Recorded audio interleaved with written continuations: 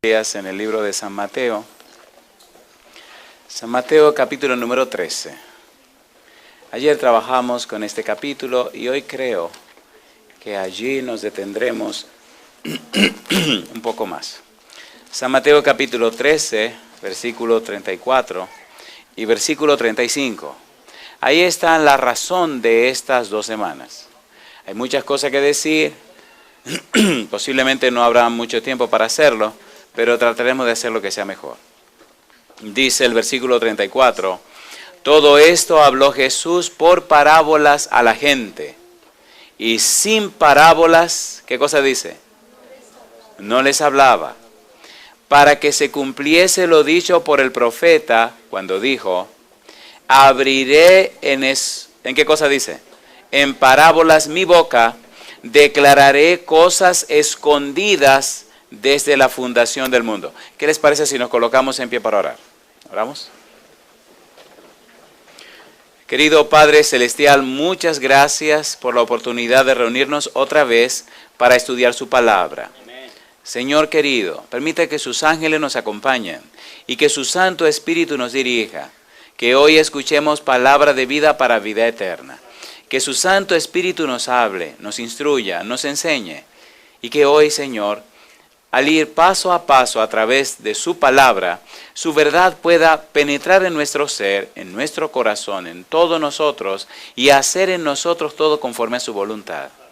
Tráiganos hoy, Padre, palabra de vida para la vida eterna. Que los amigos y amigas, hermanos y hermanas que nos acompañan, pero también todos aquellos que en algún lugar del mundo están escuchando o están viendo la presentación de este mensaje, ellos también puedan tener un acercamiento con usted, puedan recibir su bendición y puedan conocerle mejor. Diríjanos, Dios, y cuídenos.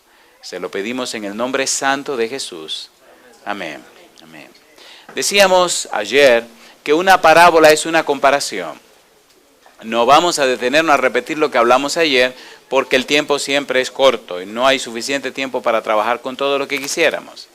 Decíamos también ayer, San Mateo capítulo 13, versículo 11, que el Señor Jesús le dijo a sus discípulos, San Mateo 13, 11, el versículo 10 dice, entonces acercándose los discípulos le dijeron, ¿por qué hablas por parábolas?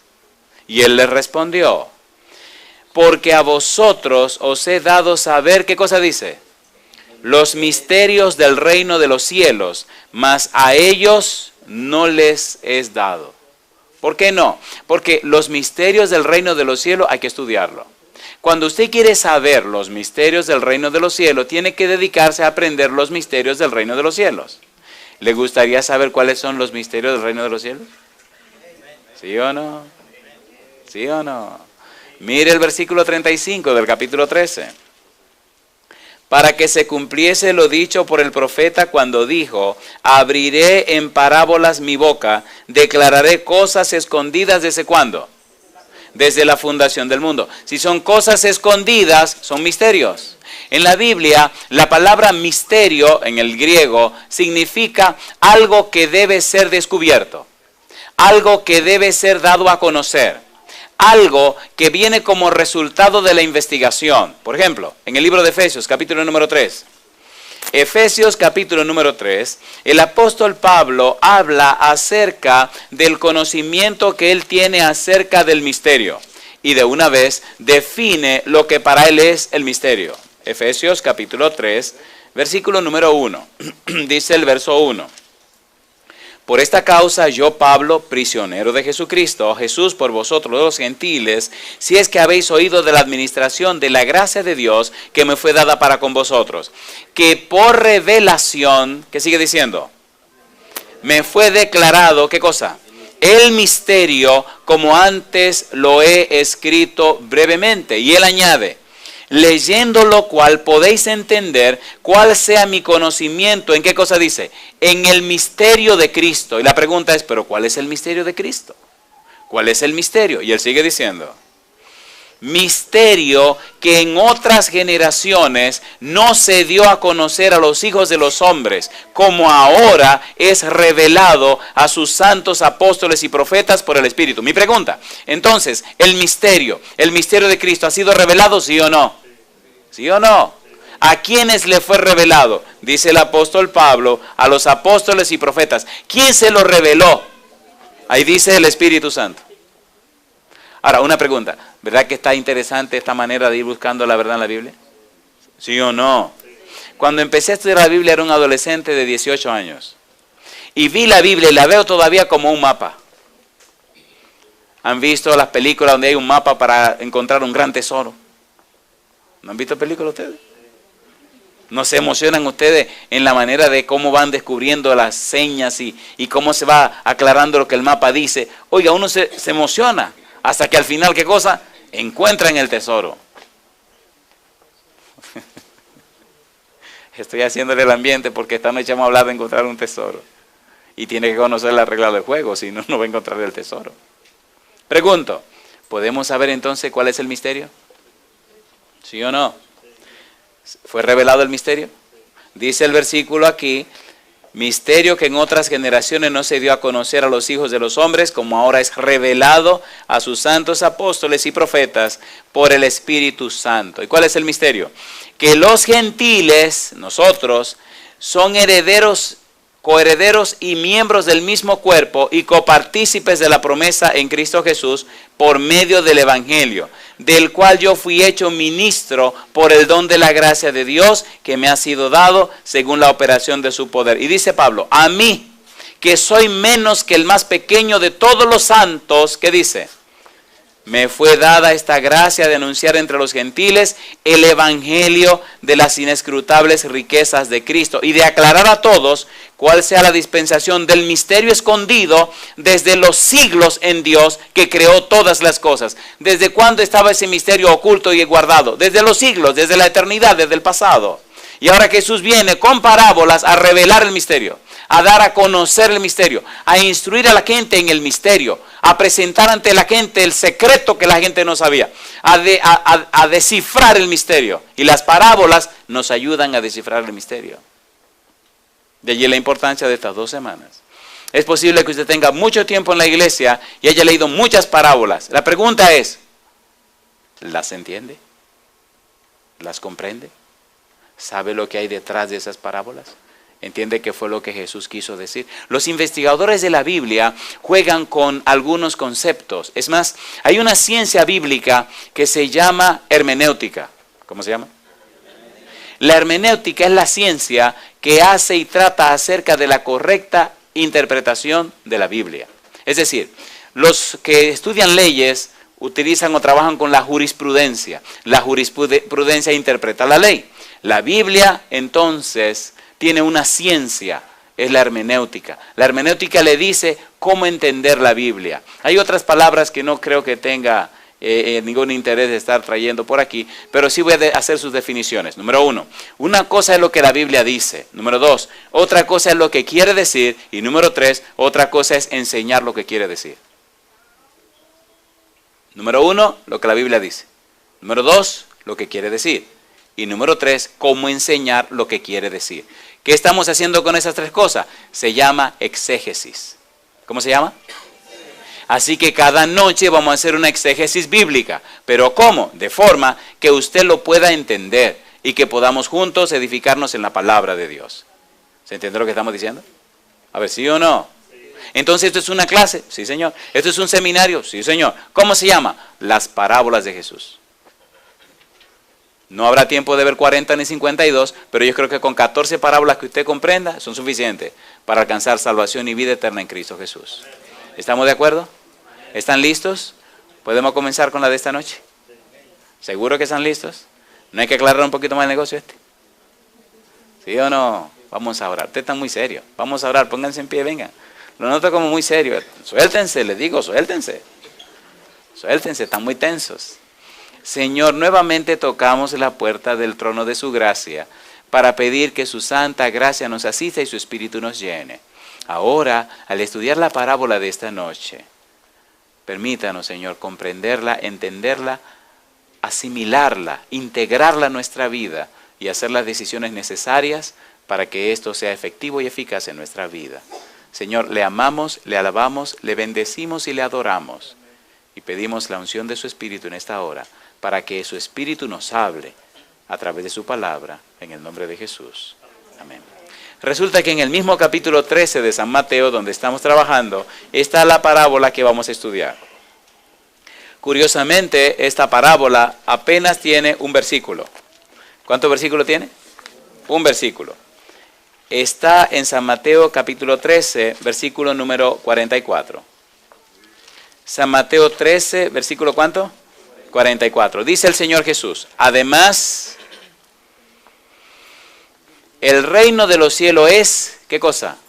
Semejante a un tesoro escondido en un campo, el cual un hombre halla y lo esconde de nuevo, y gozoso por ello va y vende todo lo que tiene y compra aquel campo. ¿Recuerda usted que en el mismo capítulo 13 el Señor Jesús había hablado de 4 terrenos? ¿Se acuerda o no se acuerda? ¿Se acuerda cuáles eran los 4 terrenos? Seguro.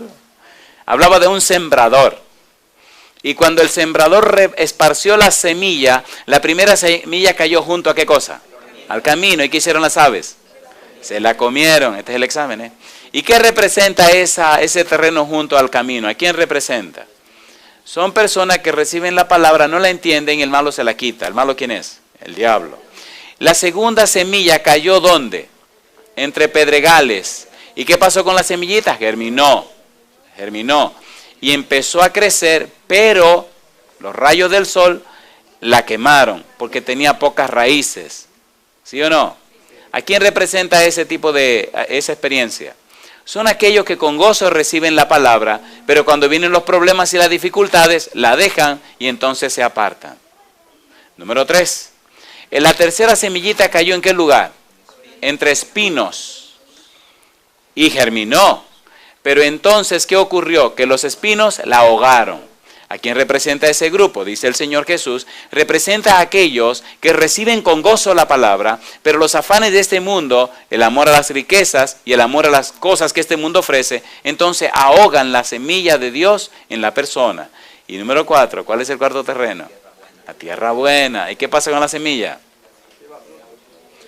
Germina y entonces lleva fruto ¿a cuántos? A 100, 60, 30... a todo lo que usted quiera por uno. Así que produce. Ahora Jesús usa otra vez el terreno, pero lo utiliza de otra manera. Ponga atención. Y dice él, versículo 44, además, es decir, ya le hablé de aquella parábola, le voy a añadir una más, para que vayan entendiendo más acerca del reino. Recuerde, el versículo 11 del capítulo 13 dice que estos misterios son dados a conocer a los que estudian, a los que investigan. Y es lo que estamos haciendo. Y recuerde que la palabra misterio significa algo que debe ser dado a conocer. Y recuerde que la Biblia dice en Efesios capítulo 3 que el Espíritu Santo reveló ese misterio a los apóstoles y a los profetas. ¿Lo leímos o no lo leímos? ¿Sí o no? Entonces, si fue revelado, usted y yo lo podemos descubrir. ¿Cierto o falso? Ahora vamos a ver qué es lo que pasa con esta parábola. Mire qué cosa rica. El reino de los cielos es semejante a un tesoro escondido. ¿Cuál es la situación aquí? ¿Un tesoro cómo? Escondido. ¿Dónde está escondido el tesoro? En un campo. Y sigue diciendo, el cual un hombre halla. ¿Y qué hace otra vez? Lo esconde de nuevo. ¿Y cómo se pone? Gozoso. Por ello va y vende todo lo que tiene y compra aquel campo. Vamos a entender esto. En la época de Jesús no existían los bancos, donde usted podía depositar lo que usted tenía. Ni existía el dinero tampoco. La gente tenía su asunto en monedas de oro, monedas de plata, en piedras preciosas, etc. Así tenían los tesoros. A veces, como no había banco donde guardarlo y cualquiera se lo podía robar, mucha gente tenía los tesoros enterrados en su casa o en la pared de su casa, o en algún cofre. Y generalmente lo enterraban en cofre o en algún envase de barro, de manera que la humedad no dañara el envase, sino que lo preservara. Y como el barro viene de la tierra, pues se preserva por una cantidad inmensa de tiempo. A veces había problemas entre una nación y otra, y los que venían de otro lugar acababan con todo y se robaban todos los tesoros. Las personas mejor lo enterraban. Ponían al lado de un árbol tantos pasos de un árbol o de una roca grande, tantos pasos de la roca. El asunto es que muchas veces morían esas familias y esos tesoros quedaban escondidos allí. Al pasar el tiempo, alguien podía estar trabajando en un campo ajeno, labrando la tierra y de repente, ¡pum!, se encuentra con un cofre. Y cuando ve lo que hay, dice, no, espérate. Si digo que esto está aquí, el dueño del terreno es el propietario de todo lo que aparezca en su terreno. Así estaba establecido en la ley. Pero ¿qué dice el tipo? Espérate, este tesoro perteneció a alguien, quién sabe cuánto tiempo hace. Volvió y lo escondió, se fue a su casa, vendió la casa, vendió la ropa, vendió los zapatos, vendió el asno, vendió el caballo, vendió todo lo que tenía, lo vendió todo. Y entonces, ¿qué hizo con ese dinero? Compró el campo. Y al comprar el campo, todo lo que el campo tiene, ¿de quién es ahora? Es de él. ¿Fue sabia la decisión del hombre? ¿Usted cree que sí? ¿Sí o no? A ver, ¿sí o no? Pues claro que sí. Si lo pobre infeliz lo que reunió fueron $10,000 y el tesoro cuesta 60 o 70 millones de dólares, ¿valió la pena o no valió la pena? Ahora, ¿qué es lo que Cristo nos quiere decir? Aquí viene lo lindo. ¿Qué es lo que significa la parábola? Tenemos que hacerle pregunta a la parábola. Primera pregunta, ¿quién está diciendo la parábola? El Señor Jesús. Primera pregunta. ¿Qué cosa es el reino de los cielos? Recuerde que Él dice, el reino de los cielos es semejante a. Es decir, A, reino de los cielos, es semejante a B, parábola. Si usted descubre B, la parábola, descubre el reino de los cielos. ¿Se entiende? ¿Se entiende o no se entiende? Si usted quiere saber cómo conseguir el reino de los cielos, descubra la parábola. Si usted descubre la parábola, si entiende la parábola y hace lo que la parábola dice, ¿qué se lleva a usted? El reino de los cielos. ¿Sí o no? ¿Sí o no? Seguro que sí. A ver, comencemos primero por esa palabra, el reino de los cielos. ¿Verdad que todos queremos ir al reino de los cielos? Pues no van ahí. Mire qué interesante. Porque al reino de los cielos uno no va. Ay.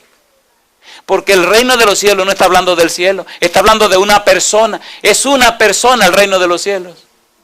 ¿Ven cómo comienzan a cambiar las cosas? ¿No un tesoro que la persona encuentra? ¿Sí o no? Entonces no es un lugar donde la persona va.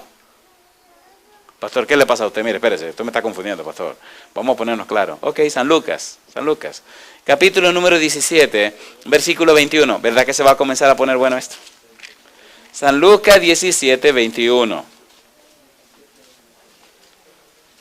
Versículo 20, 21. San Lucas 17, 20, 21. Voy a ser bien preciso porque no disfrutamos de todo el tiempo que quisiéramos. Pero después, si usted quiere, nos sentamos y le damos más grande, más duro al negocio. Me fascina esto. Dice el versículo 20. Preguntado por los fariseos cuándo había de venir el reino de Dios, les respondió y dijo. ¿Qué le preguntaron los fariseos? ¿Cuándo va a venir el reino de Dios? Y Jesús le contestó, el reino de Dios no vendrá con advertencia, ni dirán, helo aquí o helo allí, porque he aquí el reino de Dios está entre vosotros. ¿Quién estaba entre ellos? Entonces, ¿quién es el reino de Dios? Jesús. Si usted tiene a Jesús, tiene el reino de Dios. Si no lo tiene, por más cristiano que usted sea, no tiene nada. ¿Sí o no? Esto no es asunto de religión, es asunto de relación. Hay muchos que se llaman cristianos, hay muchos que son religiosos, pero no son cristianos. ¿Cierto o falso? ¿Sí o no? ¿Saben quiénes son los que más daño le han hecho al cristianismo? Los religiosos. Pastor, ¿qué le pasa? Sí, nosotros los religiosos somos los que más daño le hemos hecho al cristianismo. Porque el mal testimonio que nosotros damos hace que otros no se acerquen a Cristo Jesús. ¿Cierto o falso? Miren, déjense de cosas, que vamos a hablar claro. Y dicen, ¿y esos son los cristianos? Conmigo que no cuenten. Entonces son piedra de tropiezo. Una pregunta, ¿ustedes quieren que hablemos claro o quieren que le dore la perla? A mí no me gusta adorar nada, a mí me gusta poner la cosa clara. Porque cuando usted se pierda no va a... No, que yo no sé. No, si usted se perdió, se perdió. Olvídese. O si salvó, se salvó. Pregunta número 1. ¿Quién es el reino de Dios? Cristo Jesús. Cosa linda. ¿Quién es el reino de Dios? Jesús. Y ya de ahí usted puede añadirle todo lo que usted quiera. No, que la Biblia dice, que diga lo que usted quiera, pero él dice, el reino de Dios está entre ustedes. No es una cuestión que viene, no. Yo soy el reino de Dios. Y así vamos a ver muchos títulos lindos que tiene el Señor Jesús. Ok, vamos a trabajar con la parábola, vamos a seguir descubriendo cosas. Número 1, San Mateo capítulo número 13, versículo número 30, versículo número 44. San Mateo 13, 44. Recuerde que decía, el reino de los cielos es semejante a un, ¿qué cosa? Tesoro escondido en un campo. ¿Tesoro escondido dónde? En un campo. ¿Encontró la persona el tesoro en el campo? ¿Podía llevarse ese tesoro? No, porque el campo no era de él. Cosa rica. Primero tenía que hacer ¿qué cosa para llevarse el tesoro? Comprar el campo, comprar el terreno. Ahora, si el reino de los cielos es Jesús y es semejante a un tesoro, entonces ¿quién es ese tesoro? ¿Quién es el tesoro? Cristo Jesús. ¿Y dónde está ese tesoro? En el campo. ¿Y cuál es el campo? ¿Dónde yo puedo ir a buscar ese campo para hollar y sacarlo? ¿Le gustaría que fuéramos a ese campo ahora mismo? A ver, ¿sí o no? Una pregunta. ¿Está interesante esto o no está interesante? A mí me gustan estas cosas porque me gustan las profecías también. Me fascinan. Porque cuando uno va profundizando y descubriendo más cosas, en estos días recibí un libro de un doctor argentino. Hizo un trabajo maravilloso. El capítulo de la Biblia más difícil de entender y de explicar se llama Daniel capítulo 11. Toda la Biblia entera es una belleza, pero si usted se sienta con Daniel 11, va a sudar. Y este hombre hizo todo un trabajo sobre ese capítulo, versículo por versículo y palabra por palabra. Y cuando uno se sienta a leer eso, ay, es como si uno estuviera comiéndose un manjar. Mientras uno más estudia la Biblia, más crece. Y mientras más crece, se hace más feliz y se confirma más su salvación. Una pregunta, ¿está usted haciendo planes para salvarse, para ir al reino de los cielos? ¿Para ir al cielo? ¿Recibiendo el reino de los cielos que es Cristo Jesús? ¿Cuántos tienen planes de salvarse? Gloria a Dios. San Mateo capítulo número 6, versículo 19 en adelante. Vamos a empezar a entender algunas cosas. Ahorita vamos a hablar de dónde está ese campo. Pero vamos a hablar primero de lo que hizo el hombre para comprar el campo. San Mateo capítulo 6, versículo 19. El tipo encontró el tesoro, lo tapó otra vez, lo escondió, salió corriendo a vender todo lo que tenía. ¿Qué significa eso? San Mateo capítulo 6, versículo 19. ¿Qué dijo Jesús? No os hagáis tesoros en la tierra, donde la polilla y el orín corrompen, y donde ladrones minan y hurtan. ¿Eso es cierto o falso? Sino haceos tesoros, ¿dónde? En el cielo, donde ni la polilla ni el orín corrompen, y donde ladrones no minan ni hurtan. Porque donde esté vuestro tesoro, ¿qué cosa? Allí estará también vuestro corazón. La pregunta, si el hombre encontró el campo, si encontró el tesoro, si vendió todo lo que tenía y lo vendió para comprar el campo y adueñarse del tesoro, ¿dónde iba a estar el corazón de esa persona entonces? En ese tesoro, ¿sí o no? Ahora, ¿por qué? Porque le costó todo lo que tenía. Cuando usted da todo lo que tiene por una causa, su corazón está en esa causa, ¿cierto o falso? ¿Sí o no? ¿Verdad que el campo costaba bastante, que este hombre tuvo que vender todo lo que tenía? ¿Sí o no? ¿Sí o no? Y como decía Cantinflas, la moraleja, joven. O sea, ¿cuál es la moraleja de esta parábola? ¿Qué es lo que el Señor nos quiere decir? Si descubrimos qué cosa es el campo, y si descubrimos el costo del campo, entenderemos la belleza de la salvación. Hubo un hombre en la Biblia llamado Pablo, el apóstol Pablo, que entendió eso. Filipenses capítulo 3. Filipenses capítulo 3. Versículo número 7 y versículo 8. Miren lo que le pasó a Pablo. Filipenses capítulo 3, versículos 7 y 8. Dice el versículo 7, Filipenses capítulo 3, versículo número 7. Pero, dice él, cuantas cosas eran para mí ganancia, las he estimado como pérdida por amor de Cristo. ¿Y qué dice él ahora? Filipenses 3:4. 3:8. Y ciertamente, ¿cómo dice? Aún estimo todas las cosas como pérdida por la excelencia del conocimiento de Cristo Jesús, mi Señor, por amor del cual lo he perdido, ¿cuánto? Todo. Y lo tengo por basura para ganar ¿a quién? Alabado sea el nombre de Dios. Mi pregunta, ¿tiene esto que ver con la parábola, sí o no? ¿Sí o no? Para Cristo salvarlo a usted, ¿cuánto tuvo que dar? Todo. ¿Cuánto tuvo que dejar? Todo. ¿Cuánto tuvo que perder? Todo. Y para usted seguirlo a Él, ¿qué le está pidiendo Él a usted? Todo. Ahora, qué interesante. ¿Y qué es lo todo que nosotros tenemos? Nada. Porque cuando usted nació, ¿qué tenía? Nada. ¿Y cuando se muere, qué se lleva? Nada. Pues entonces, ¿qué es lo que usted tiene? Nada. Pues no sea bobo, haga el negocio, délo todo y llévese a Cristo. ¿Sí o no? La gente se afana. Hay una historia que no quería contarle, pero voy a tener que hacerlo. Y esto no es un cuento, es una historia verídica. ¿Sabe que hay personas que nacen en la pobreza? Yo también. Y entonces el papá se espanta y se va de la casa y deja a la mamá con los muchachitos. A mí no me pasó, mi papá se murió. Y entonces, ¿qué ocurrió? Que empezaron a trabajar duros todos. Y decía el chiquito, cuando yo sea grande me voy a comer un huevo entero. ¿Han visto que hay casas muy pobres que sancochan un huevo y lo parten en 4 y a cada quien le dan un pedacito, un cuartillo de huevos?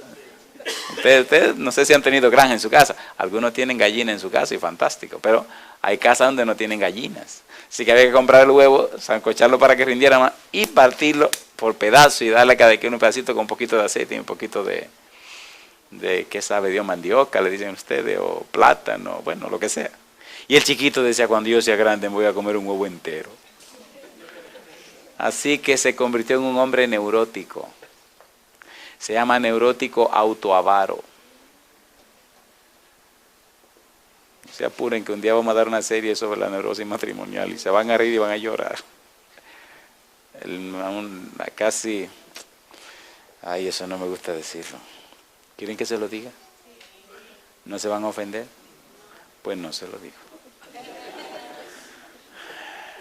9 de cada 10 seres humanos tienen serios problemas psicológicos. De los primeros 10, yo soy el primero que estoy mal, así que no se preocupen. Uno de ustedes está sano, pero no soy yo.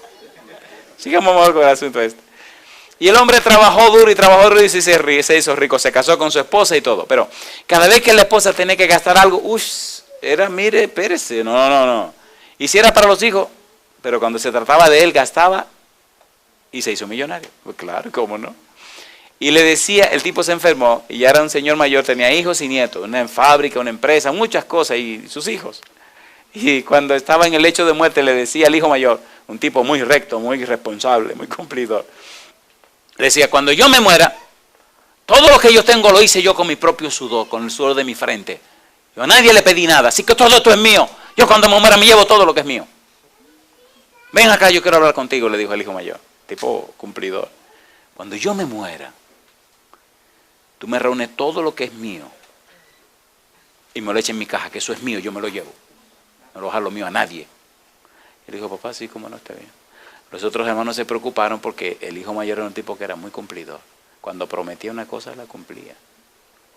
Así que el viejo se tranquilizó. Llegó el día último ya donde el tipo se iba y agarró al hijo y lo agarró así, lo apretó y le dijo, tú siempre cumples tu palabra. Papá, yo voy a cumplir mi palabra. ¿Tú sabes muy bien? Sí, papá, no se preocupe. El tipo se murió. Y los hermanos chequeando a ver qué va a hacer el hermano mayor. Ustedes son curiosos, lo veo a todos así esperando y entonces ahora. Compadre, llegó el último día y lo llevan a la funeraria, un funeral de esos funerales pesados. Y llega la parte final donde se tiene el sermón. Se termina todo, entonces se cierra la caja. De esas cajas de medio cuerpo, usted ve al muerto desde la cintura para arriba, una caja pesada, una caja cara. ¿Le gustaría a usted una de esas, verdad que sí? A mí no. De ningún tipo la quiero así. Entonces, llegó el momento de cerrar la caja y sellarla con unos tornillos que hay en unas crucecitas muy lindas, pero cuando te le hacen así, se pega la tapa con lo de abajo y ya ahí te fastidiaste y te quedaste encerrado. Y entonces llega el momento y cuando ya tapan, los hermanos hacen, y dice el hermano mayor, un momento, por favor levanten la tapa. Y levantan la tapa. Y él hace así, entra la mano en su saco y saca una chequera. Y muy serio la pone encima de la caja y comienza a escribir. Y hace un cheque a nombre de su papá. Y le pone la cantidad total de todo lo que significaba la fortuna que el papá tenía en dinero, en propiedad, de todo se lo puso. Y como él firmaba junto con su papá, se lo firmó. Rompió el cheque, se lo puso. El papá estaba así muy serio, porque estaba muerto. Y le puso el cheque ahí en el pecho, ahí arriba. Y entonces le dice, papá, ahí está todo lo que tú tienes. Cuando llegue allá, cámbialo. Lo taparon y lo enterraron. Yo no sé si el tipo cambió el cheque, pero le entregaron su dinero. Usted se ríe. Vamos a ser sinceros aquí, usted y yo. Con risa duele menos. ¿Verdad que dedicamos poco tiempo a buscar a Dios? ¿Sí o no? Pero ¿verdad que con arrojo, con ahínco y con afán queremos ganar más dinero cada día? ¿Sí o no? Si tenemos un carrito, párate ahí y se arregla un poquito, queremos otro. Si tenemos una casita, no, quiero otra. Siempre queremos algo más y no buscamos el reino de Dios y su justicia. ¿Cierto o falso? ¿Sí o no? Y se pasan los años y se pasa el tiempo y viene la vejez. Y usted ve a la gente todavía en la vejez, afanando porque hay que ganar más. Pero ven acá, ¿qué te pasa a ti? Descánsate. No, que la vida está cara. Y con dinero en el banco y se van a morir. Y una tacañería de que no querer gastar. Vamos a ser honestos, ¿eso es verdad o no es verdad? Su tesoro y sus cosas están ¿dónde? Aquí en la tierra. ¿Qué es lo que la parábola nos quiere decir? Entremos en detalle ahora. Si el reino de Dios es Jesús y el tesoro es Jesús, ¿cuál es el campo? ¿Cuál es el campo que debo comprar? ¿Cuál es el campo que debo obtener donde el tesoro está escondido? Miren las palabras de Jesús, San Lucas capítulo 24. Mire qué cosa linda. Una pregunta, ¿es lindo estudiar la parábola, sí o no? Sí. Alabado sea Dios. San Lucas capítulo 24. El Señor Jesús había muerto y resucitado. Los discípulos, Él se le presentó a los discípulos para despedirse. Y entonces le dijo estas palabras. San Lucas capítulo 24, versículo 44. Dice el versículo 44. Y les dijo, ¿qué cosa? Estas son las palabras que os hablé, estando aún con vosotros, que era necesario que se cumpliese, ¿qué dice? Todo lo que está escrito de mí, ¿dónde? En la ley de Moisés, ¿dónde? En los profetas, ¿y dónde? Y en los salmos. Cuando Jesús vivía en la tierra, no existía el Nuevo Testamento, solo existía el Antiguo Testamento. Y precisamente estaba dividido en la ley de Moisés o Pentateuco, que son los libros de Génesis, Éxodo, Levítico, Números y Deuteronomio, los 5 primeros libros. Número 2, los profetas, que son 16, 4 profetas mayores y 12 profetas menores. Y los salmos, que es el libro de Cantares, el libro de Salmos y otro libro de Proverbios y demás, que eran libros que tenían que ver con cantos y poesías y demás. Todo el Antiguo Testamento estaba dividido en 3 partes. Y él dice que ahí es donde se da testimonio de él. Es decir, ese es el campo donde yo estoy enterrado. Ahí es donde tú me puedes encontrar, ¿sí o no? A ver, ¿sí o no? San Juan capítulo 5, versículo 39. Mire cómo lo dice más claro San Juan. ¿Usted quiere encontrar el tesoro? Agarre la Biblia. Juan 5, 39. Dice el Señor Jesús: escudriñad las Escrituras, porque a vosotros parece que en ellas tenéis, ¿qué cosa? Vida eterna, el reino de Dios. Y ellas son las que dan testimonio, ¿de quién? De mí. ¿Usted quiere encontrar el tesoro? Agarre la Biblia. ¿Usted quiere encontrar el tesoro? Estudie la Biblia. ¿Usted quiere comprar el campo? Compre la Biblia. Comprar la Biblia significa llenarte con ella. Hay gente que tiene muchísima Biblia en su casa.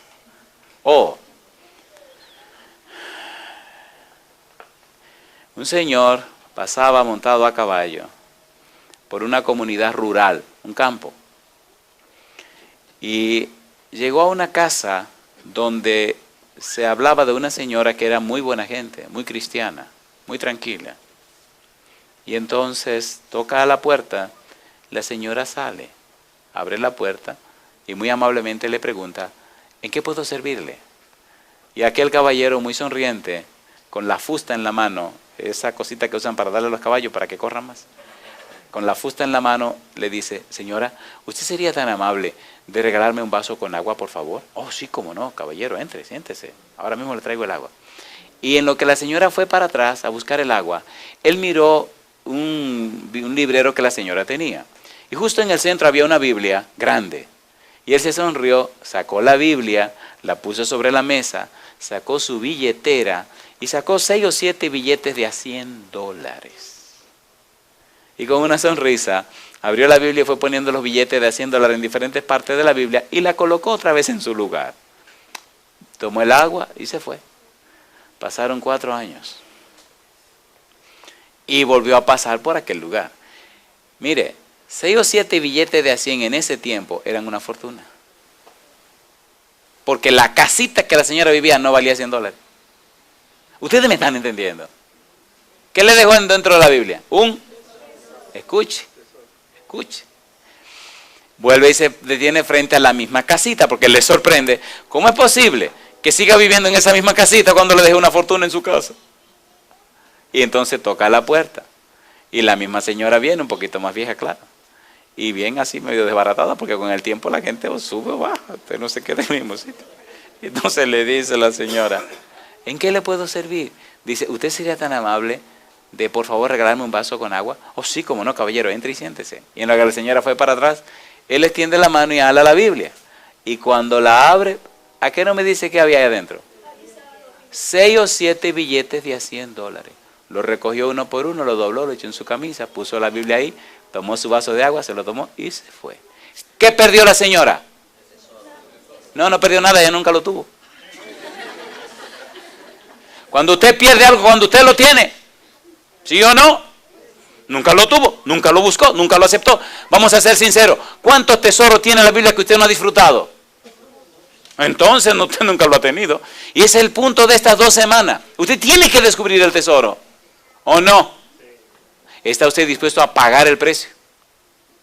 A ver, ¿sí o no? ¿Cuánto hizo el hombre para comprar el campo? Vendió todo lo que tenía, pero se llevó el gran tesoro. ¿Está usted dispuesto a vender todo lo que tiene para ganarse el gran tesoro? Pastor, ¿qué significa vender todo lo que uno tiene? Bueno, significa que ahora no es la agenda tuya, sino la agenda del Señor. Significa que ahora no va a hacer lo que tú quieras, sino lo que el Señor te diga que debe hacer. Significa que ahora no va a vivir para perderte, sino que va a vivir para salvarte. Significa que ahora tú vas a ser conforme a lo que Dios dice, porque ahora Dios va a ser el dueño de tu vida. ¿Quién sabe más de lo que te conviene que Dios? ¿Quién sabe más? ¿Quién sabe más? Dios. El único que sabe lo que te conviene es Dios. Y le dijo al agricultor al Señor, mira, yo voy a sembrar la tierra, pero quiero que haga como yo te diga. Y papá Dios le dice, ¿cómo no? ¿Está bien? Óyeme bien, Señor, yo solo quiero que tú hagas como yo te diga, porque yo tengo toda la vida sembrando y yo sé de agricultura. Está bien, mi negro, yo voy a hacer como tú digas. Ok, el tipo limpió el campo que tenía, y entonces lo limpió y le dijo a Dios, quiero que llueva. Y entonces papá Dios le dijo, así que llueva, ¿cómo la quiere?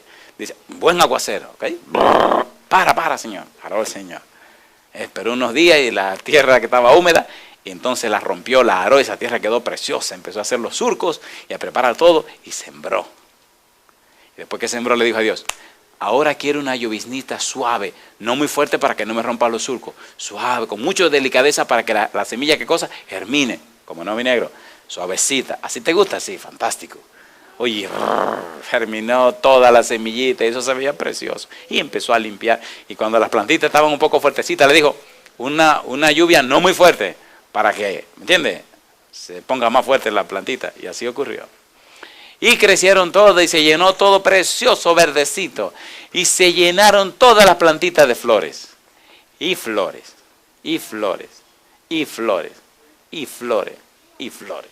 Y él le decía a Dios, no me mande lluvia ahora porque se me caen las flores. No hay problema, mi negro. Y flores, y flores, y flores. Se fueron en flores todas las plantitas. Y entonces el tipo le decía a Dios, ¿y ahora qué? Le decía al Señor, no, dime tú. Ahí tiene flores. Dice, sí, pero no hay ni un solo fruto. Yo digo, voy a hacer como tú digas. ¿Qué quiere ahora, mi negro? ¿Quiere lluvia? No. ¿Quiere sequía? No. Entonces, ¿qué quiere? Vamos a ser sinceros. ¿Verdad que a veces queremos vivir como nos da la gana? Vamos a ser sinceros, ¿sí o no? Queremos hacer como nosotros creemos. Pero si Dios nos hizo a nosotros, ¿quién va a saber más de nosotros y mejor que Dios acerca de nosotros? Y entonces le dice al campesino, preocupado a Dios, bueno, pues haz algo. Dice, no, yo estoy esperando, tú dijiste que hiciera como tú querías, dime qué hago yo ahora. Tú no estás jugando a ser Dios, dime qué quiere que haga ahora. Señor, perdóname, yo no sé.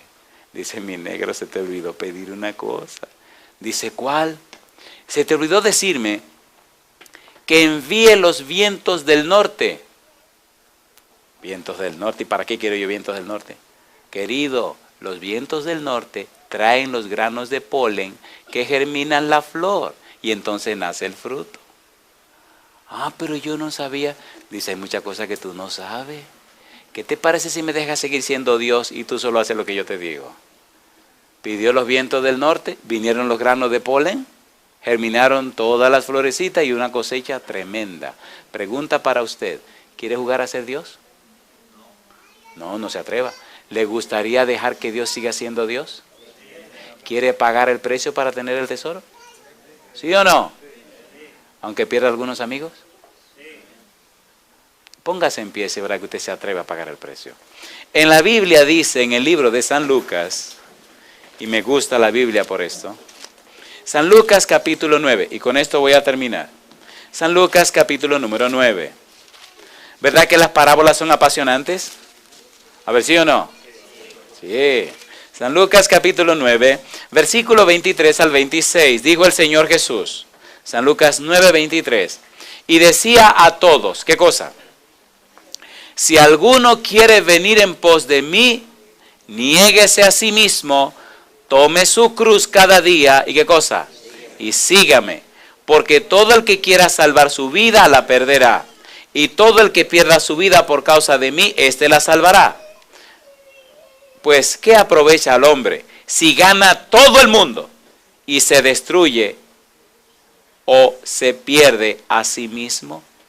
Porque el que se avergonzare de mí y de mis palabras, de éste se avergonzará el Hijo del Hombre cuando venga en su gloria y en la del Padre. Mi pregunta para usted, ¿se atreve usted a tomar la decisión de decirle a Dios, Señor, desde hoy usted será primero en mi vida y todo lo demás estará en segundo lugar? ¿Se atreve a hacer eso? ¿Cuántos se atreven a hacer esa decisión? ¿Puedo orar a Dios por esa decisión suya? ¿Está usted dispuesto a pagar el precio? Cuando dice negarse a uno mismo, significa poner a un lado mis propios planes, poner a un lado mis propios criterios, poner a un lado lo que yo quiera, lo que yo piense, y poner en el centro lo que Dios quiere. Cuando dice tome su cruz y sígame, significa estar dispuesto a morir en la cruz si es necesario, a sacrificarme si es necesario, con tal de tener el reino de los cielos. ¿Lo dio todo aquel hombre y lo vendió para comprar al tesoro, sí o no? Querido Padre Celestial, colocados en pie, todos hemos decidido ponerle a usted en primer lugar. Queremos, Señor, que sus santos ángeles nos acompañen y su Espíritu Santo nos dirija. Gracias por los amigos y amigas presentes en esta reunión. Gracias por aquellos que en algún lugar del mundo nos siguen. Y gracias porque hoy ellos también están puestos en pie, haciendo la firme decisión de colocar a Dios en primer lugar en sus vidas. Señor, instrúyanos en su palabra para encontrar y descubrir ese tesoro maravilloso que es el reino de Dios, ese tesoro que es Cristo Jesús. Padre Santo, que todo nuestro ser, si es necesario, sea vendido para comprar ese campo. Y guíenos, Señor. Consérvenos siempre en su mano santa.